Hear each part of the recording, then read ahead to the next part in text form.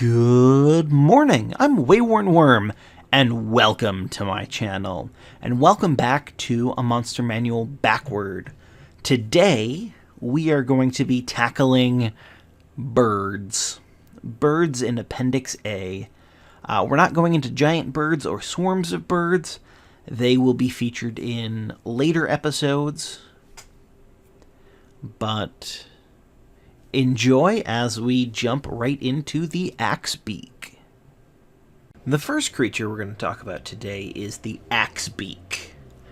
The axebeak is a large beast that is unaligned, armor class 11, hit points of 19, that'd be 3d10 plus 3, with a speed of 50 feet.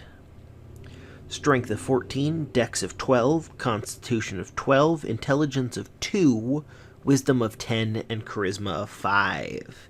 It's a passive perception of 10, can't speak any languages, doesn't know any languages, challenge rating of 1/4, and it has an action of a beak attack, which would be a melee weapon attack, plus 4 to hit, reach of 5 feet, 1 target. On a hit, it does 1d8 plus 2 slashing damage. An axebeak is a tall, flightless bird with strong legs and a heavy, wedge-shaped beak. It has a nasty disposition and tends to attack any unfamiliar creature that wanders too close. So, for how I would use this is either as an axebeak, or if I wanted like an emu, an ostrich, any large flightless birds that you would have, I would use this as for an axebeak. This would almost exclusively go on random encounter tables. I don't think I would generally plan an encounter around axebeaks. They're not that strong. They don't do a whole lot. But they'd be great to be random encounters. I imagine the axebeak to be a jungle dweller, which there are some large flightless birds that are jungle dwellers. Or you could have like the ostrich on a savanna-like thing. There are just a bunch of options, with my preference again just being that it's generally a jungle. Maybe on the way to like a Yonti temple or something, they have a chance. The party has a chance of running into one or more axebeaks. I'd probably have them. I doubt I would have just a single axebeak. I'd probably have them either in a pair or a flock. So either 2 or maybe like 2d10 or something like that. This is one of those creatures that they can do damage. They can do a fair amount of damage at a low level, but I mean, with 19 hit points by level 3, almost all of your party should be able to deal at least 19 damage in a round. They get crazy powerful, crazy fast.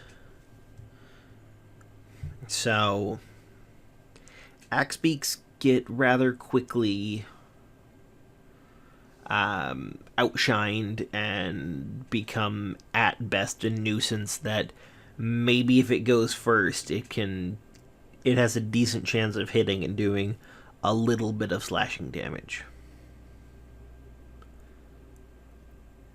So yeah, I mean, I wouldn't really, if I were going to make an encounter around an axebeak, the axebeak would be a mount. Either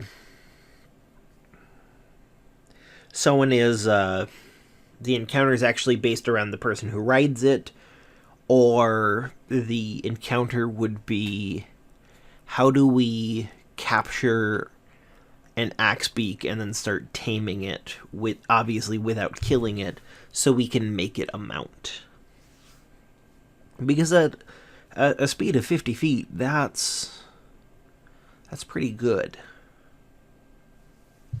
So yeah, that's the axe beak. Not a ton to it, but that's gonna kind of be a theme with today's birds. Before we get into what is generally thought of as real birds, like we'll get into after this, we're going to talk about the bat. The bat is a tiny beast that is unaligned. It's an armor class of 12. Hit points of 1. That'd be 1d4 minus 1. So it has a 50% chance of having 1 hit point, 25% chance of having 2, and 25% chance of having 3. You should always be able to kill a bat in 1 hit. It has a speed of 5 feet and a fly speed of 30 feet. Strength of 2, dex of 15, con of 8, intelligence of 2, wisdom of 12, and charisma of 4. It has 60 feet of blind sight and a passive perception of 11, speaks no language, and is challenge rating 0. Echolocation is one of its abilities. The bat can't use its blind sight when deafened, and it also has keen hearing. The bat has advantage on wisdom perception checks that rely on hearing. And its only action is bite. It's a melee weapon attack plus 0 to hit, reach of 5 feet, 1 creature, and on a hit it does 1 piercing. And everyone knows what a bat is. I don't have to explain what that is. So just kind of getting into how I would use a bat. I probably wouldn't.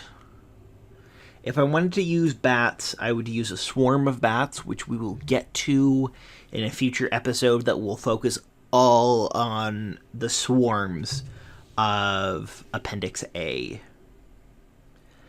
Or I would use it, these stats would be good for, hey, my vampire has polymorphed into a bat. Or my druid has polymorphed into a bat, because at challenge level 0, or challenge rating, that's the first time that it should be very high on druid's list to wild shape. Although I think by the time they can wild shape into a bat, they can probably wild shape into better options. But it is good to have for when people use polymorph or wild shape or transform. I don't know if transform is the right word. Or as the building block for a swarm, which again we'll talk about later. Because bats suck. With an armor class of 12, you should be hitting on a 5 at level 1. The worst that I can remember seeing for a hit, for a primary attack for level 1 character would be like a +4. So that's still hitting on an 8. That's still 60% of the time. You're going to take it out with 1 hit. And it's going to have issues hitting you with its bite, and it's not going to do much damage. So, bats, not awesome. With that, we are going to move on to the eagle. So the eagle, and I specifically picked a not bald eagle to show this because Everyone knows what a bald eagle looks like.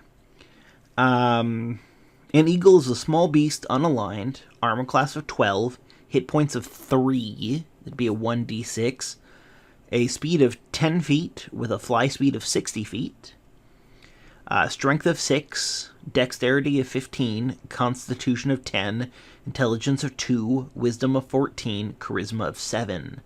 Its skill is perception plus 4. Its passive perception is 14. It doesn't speak any languages, doesn't understand any. Challenge rating 0. It has the ability Keen Sight, which gives it advantage on wisdom perception checks that rely on sight. And it has an action of Talons, melee weapon attack plus 4 to hit, reach of 5 feet, 1 target. On a hit, it does 1d4 plus 2 slashing. How I would use the eagle...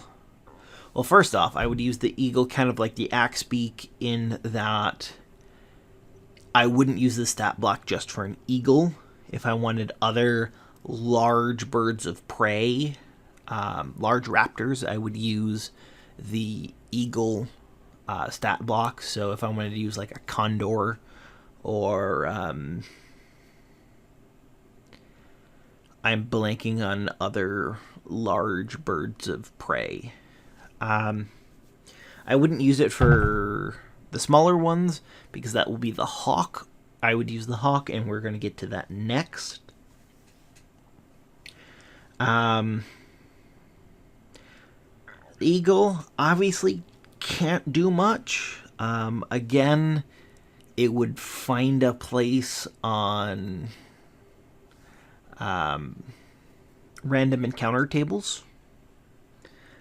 Maybe pair them with a giant eagle, which I'm going to be doing a secondary version of this video in the near future, going over the giant birds, which are going to be almost everything we talk about in this episode. So,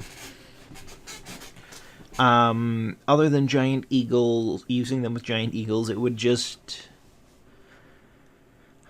I think I'd primarily use eagles again for if polymorphing, if I need the stats for polymorphing, if maybe some background, like you're describing a scene and you say that there's an eagle hunting and events happen that you couldn't foresee that make you use the stat block.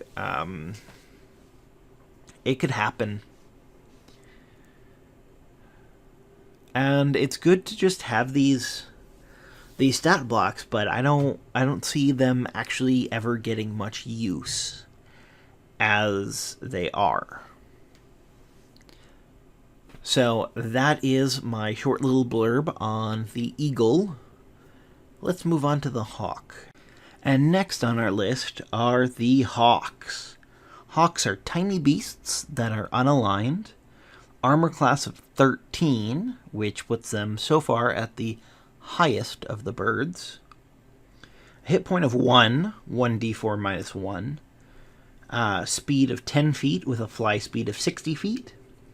A strength of 5, a dexterity of 16, constitution of 8, intelligence of 2, wisdom of 14, and charisma 6. It has a perception skill of plus 4. Passive perception of 14, cannot speak or understand languages, challenge rating 0, has keen sight, the hawk has advantage on wisdom perception checks that rely on sight, and its action is a talon attack, plus 5 to hit, reach of 5 feet, 1 target, and it does 1 slashing damage. So, as you can probably tell from that stat block, it's essentially the eagle stat block mixed with the bat stat block. Probably done on purpose. I'm not sure. I would use the hawk for the smaller birds of prey. So hawks, falcons, everything like that. Again, they would also probably hang out with, I believe there are giant hawks. Let me check really quick.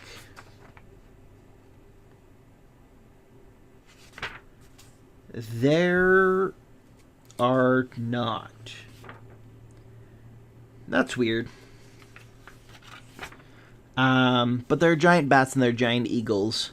Combine those stat blocks together and you have a giant hawk. I will probably dive more into that in the giant birds episode that I mentioned earlier. So I would put them, I would use them like I would use an eagle. Maybe put them on a random encounter table. Probably again just set dressing that something happens and oh no, I unexpectedly have to have a stat block for it. Luckily there's a stat block in the book. Again, I really don't see... I mean, with an intelligence of 2, that's a bestial intelligence. You're not going to be able to communicate with them. They're not capable of a social encounter, and a combat encounter with them would be over so quick that I don't think I would even run an encounter. I would probably pick a party member at random, make one talon attack, see if it hits, and then they kill the hawk. Maybe a talon attack with disadvantage. So they kill the hawk. One of their members might possibly take 1 point of damage. But again, it's worth having. Polymorph is a thing. Wild shape is a thing. They might want to turn into a hawk. And if so, you have the stats. And we are moving on to our third and final raptor. The last raptor we're looking at today is the owl.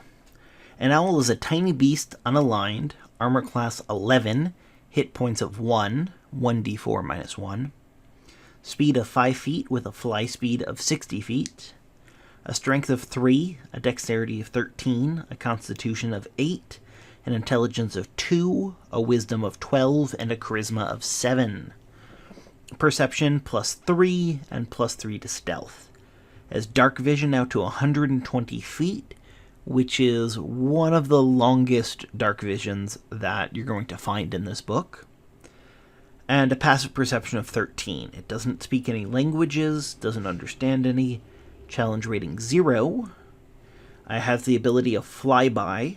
The owl doesn't provoke opportunity attacks when it flies out of an enemy's reach. Keen hearing and sight. The owl has advantage on wisdom perception checks that rely on hearing or sight. It has an action of talons, a melee weapon attack, plus 3 to hit, reach of 5 feet, 1 target, and it does 1 slashing. This would definitely be a night encounter if I was making an encounter with an owl. And I would use flyby every single turn. I would have the owl start its turn like 30 feet from who it wanted to attack, go in, attack, and then continue its movement so it ended up 30 feet out of range. And with plus 3 to hit, it's gonna hit, depends on which character they attack. And 1 slashing damage. I can actually see an owl being a huge problem for your caster. Even though it only does 1 slashing damage, a level 1 caster, that it could only get hit 6 times maybe. And with a plus 3 to hit, yeah, your caster might be getting hit almost every turn by this owl. But other than the fact that I would have an encounter of this happen at night and would use flyby, This would probably just be set dressing. Maybe throw it on an encounter table and have like a rabid owl or something. There is a giant owl. That is something that we're definitely going to talk about. And yeah. So that's essentially the owl. I know I've been repeating myself a lot with the last couple of stat blocks, but they're all very similar to each other, and therefore I would use them in very similar ways. We are now moving on to our last two, which are primarily scavengers. Talking about the Raven subclass, our stat block next. Ravens are tiny beasts that are unaligned, 12 hit points, or 12 armor class, 1 hit point, that'd be 1d4 minus 1, a speed of 10 feet with a fly speed of 50 feet, strength of 2, dexterity of 14, constitution of 8, intelligence of 2, wisdom of 12, charisma of 6. Has a +3 to perception, and a passive perception of 13. Can't speak, doesn't understand languages, challenge rating 0. It has the ability Mimicry. The Raven can mimic simple sounds it has heard, such as a person whispering, a baby crying, or an animal chittering. A creature that hears the sounds can tell they are imitations with a successful DC 10 Wisdom Insight check. It has an action of Beak, which is a melee weapon attack, +4 to hit, reach of 5 feet, 1 target, and does 1 piercing. So, it says Raven. I would use this for all corvids. That'd be ravens, crows, magpies. Those are the 3 big corvids.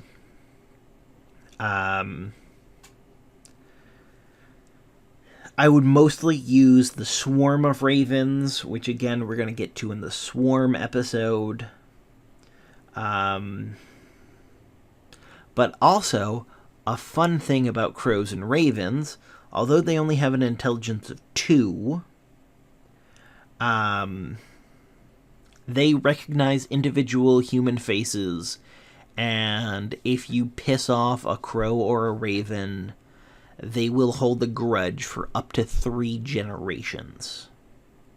So you piss off the raven, not only have you pissed it off for the rest of its life, you've pissed its children off for the rest of their lives, and you've pissed their grandchildren off for the rest of their lives. So you could end up with a lot of ravens really pissed at you and holding a grudge. Other than that, they're creepy birds that are good for gothic settings. Again, mostly used for things like polymorph and such, but they exist. They're probably set dressing. You can do some fun things with them. And that is all I have to say about the Raven. Moving on to our last bird. And we are ending today with the Vulture. Vultures are medium beasts, unaligned. Armor class of 10, hit points of 5, 1d8 plus 1, a speed of 10 feet with a fly speed of 50 feet, strength of 7, dexterity of 10, constitution of 13, intelligence of 2, wisdom 12, and charisma 4. They have +3 to perception, a passive perception of 13. They do not speak or understand languages, challenge rating 0. They have keen sight and smell. The Vulture has advantage on wisdom perception checks that rely on sight or smell. And pack tactics. The Vulture has advantage on an attack roll against a creature if at least one of the Vulture's allies is within 5 feet of the creature and the ally isn't incapacitated. Its action is Beak, which is a melee weapon attack, +2 to hit, reach of 5 feet, one target, and it does 1d4 piercing damage on a hit. So again, with vultures, this is going to be all of your large scavenger birds, vultures, buzzards, etc. And if I were to use this, I would use it in the classic movie way, which is what this was designed for. Lost and dying, your characters find anywhere from 2 to a flock of vultures that wait a while, and once they think they're sufficiently injured, they come in and start pecking them to death. And I would definitely make sure you remember pack tactics. It is one of my favorite abilities because it gives advantage on attack rolls as long as there is at least one ally within 5 feet. This isn't like flanking where you've got people on, they have to be on either sides, or the ally has to also be attacking that creature. It just has to be standing within 5 feet. So the 2 vultures could be right next to each other, both attacking this thing. They would still get advantage with pack tactics.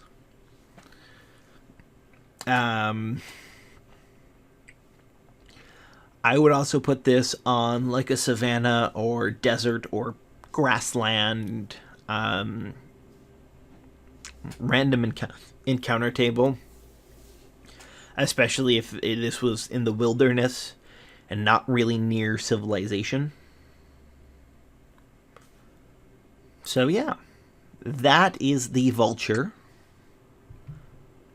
Thank you so much for listening to the episode of A Monster Manual Backward, where we talk about birds.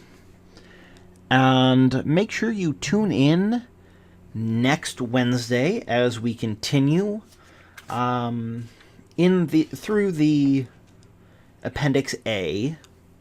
And make sure to tune in tomorrow, where there will be another video. As of recording this, there are a few options that I have, so I'm not sure which I'm going to go with, but there will be a video tomorrow. Thank you.